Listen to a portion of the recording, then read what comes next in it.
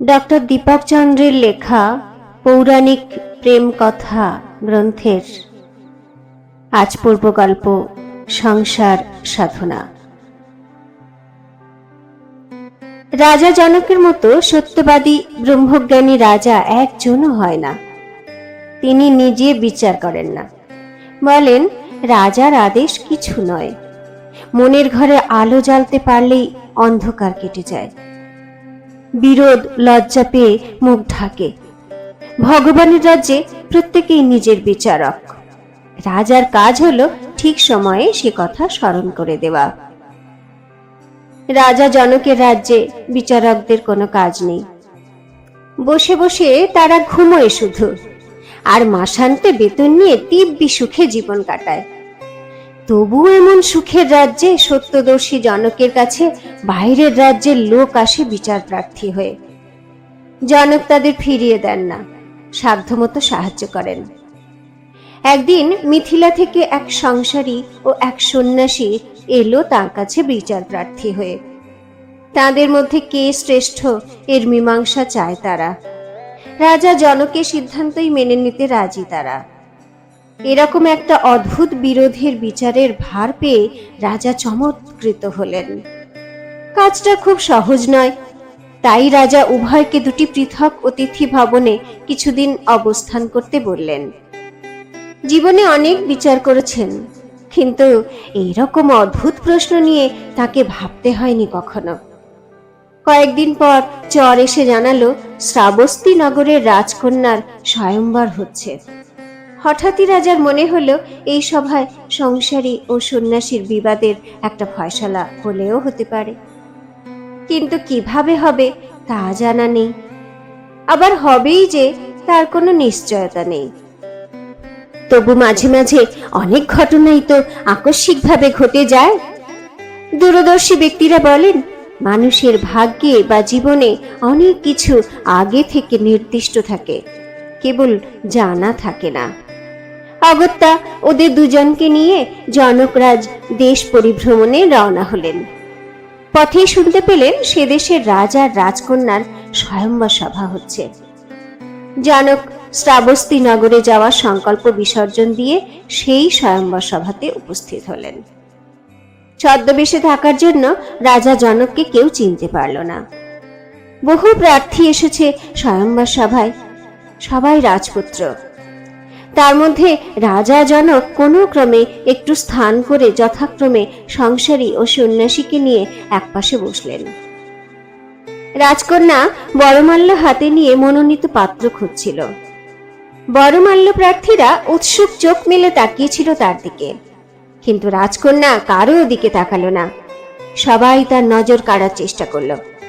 তবু কি আশ্চর্য, কাউকে রাজকুমারীর পছন্দ হলো না। ঘুরতে ঘুরতে রাজা জনকের সামনে দাঁড়ালো। সৌম্য দর্শন উদাসীন সন্ন্যাসীর বিভোল চোখ দুটি তার ভালো লাগলো। মনে হলো অস্তগামী সূর্যের হলুদ আলোয় ঢাকা আকাশের দিকে স্বপ্নাচ্ছন্ন চোখ দুটি ভাসিয়ে দিয়ে সে কেমন অন্যমনস্ক উদাসীন। তাকে দেখে এক অদ্ভুত অনুরাগ জন্মালো রাজকুমারীর মনে। দ্বিধা না করে বরমাল্যখানি সন্ন্যাসীর কণ্ঠে পরিয়ে দিল। ছিলা ছেঁড়া ধনুকের মতো লাফিয়ে উঠল সন্ন্যাসী। খুশি হওয়ার বদলে রাগে ক্ষোভে ফুঁসে উঠল। বলল, এ কি করলে রাজকুমারী? সন্ন্যাসীর আবার বিয়ে? তার আছে কি যে তোমায় নিয়ে বাসা বাঁধবে? তোমার মাথা খারাপ হয়েছে? তাই এমন সব রাজকুমার বাদ দিয়ে আমায় বেছেছ? তুমি ভুল করেছ। তারপর নক্ষত্র খচিত আকাশের দিকে তাকিয়ে প্রশ্ন করল, হে ঈশ্বর, এ কোন কঠিন পরীক্ষায় ফেললে আমায়? এখন আমি কি করি? রাজা জনকের মনে হলো সর্বত্যাগী সন্ন্যাসীর চালচুলো অর্থ সম্পদ কিছু নেই বলে বিয়েতে ভয় পাচ্ছে। বোধহয় এই ভয়টা দূর হলে তারে বিয়ে করতে বাধা থাকবে না। তাই তার অসহায় অবস্থা এবং বিয়ে সম্পর্কে ভয় দূর করতে বললেন, শোনো তাপস, রাজকন্যা চাইলেও তোমাকে অর্পণ করা বরমাল্য ফিরিয়ে নিতে পারে না। তুমিও পারো না ওকে প্রত্যাখ্যান করতে। বিধিমতে তুমি ওর স্বামী এখন।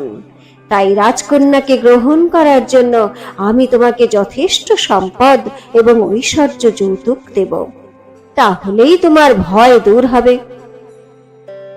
রাজকন্যাকে স্ত্রী রূপে গ্রহণ করতে কোনো বাধা থাকবে না। তরুণ সন্ন্যাসী রাজার কথা শুনে ভয় পেল। রাজাকে তার রক্ষক মনে হলো না। রাজকন্যার পক্ষ নিয়ে রাজা জনক যে তার শত্রু হতে পারে ভাবতে পারেনি।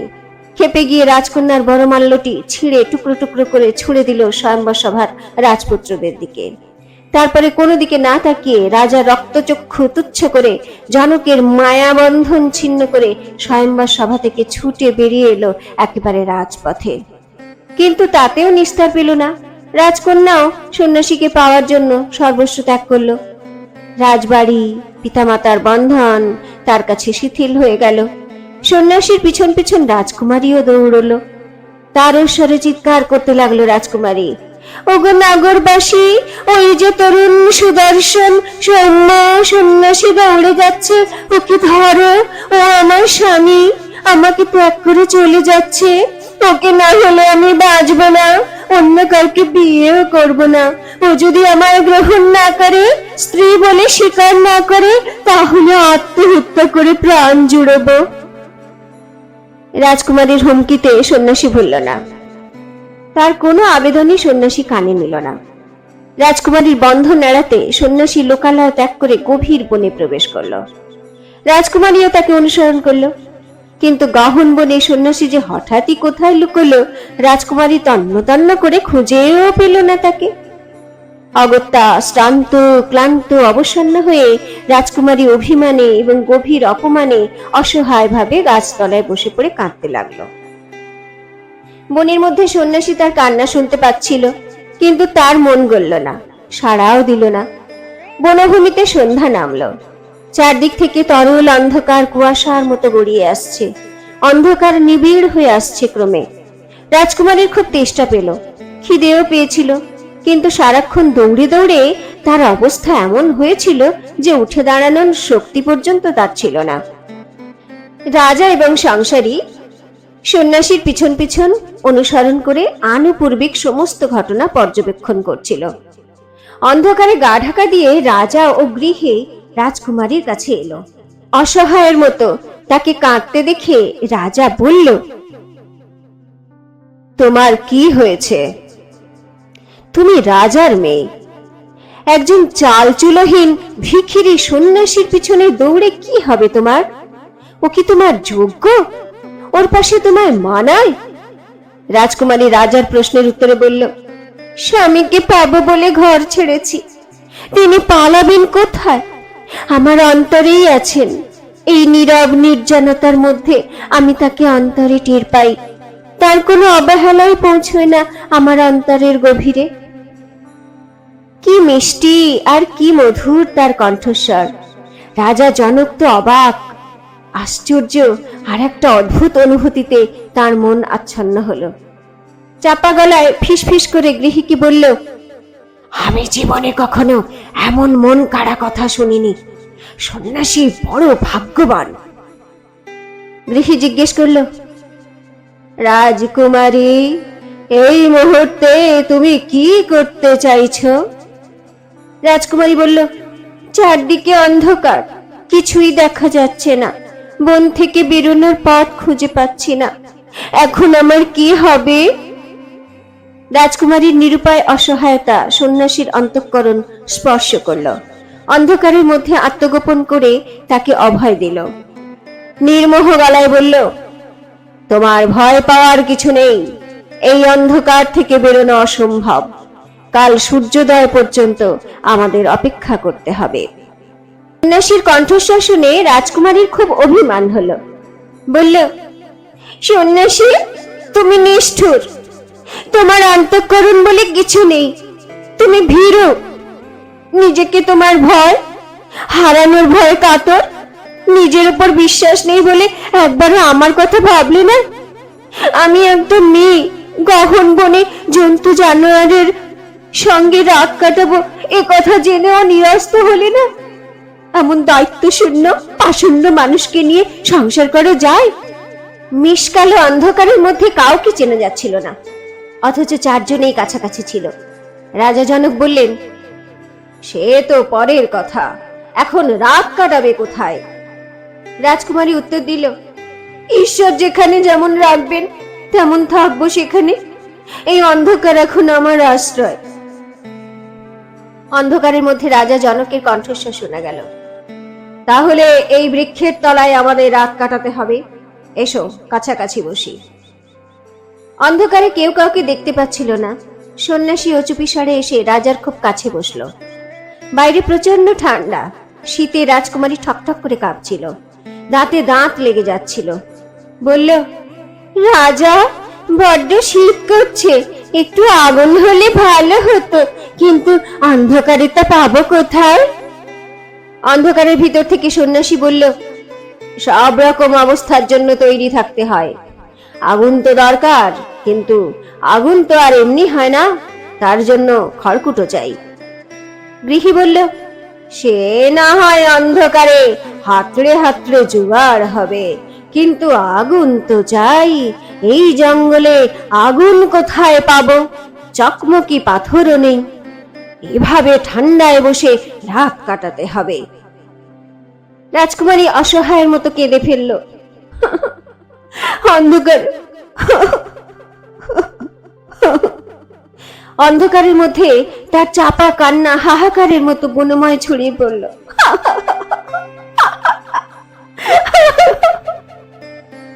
যে গাছের নিচে ওরা চারজন বসেছিল, সেই গাছের ডালে এক পক্ষী পরিবার বাস করত।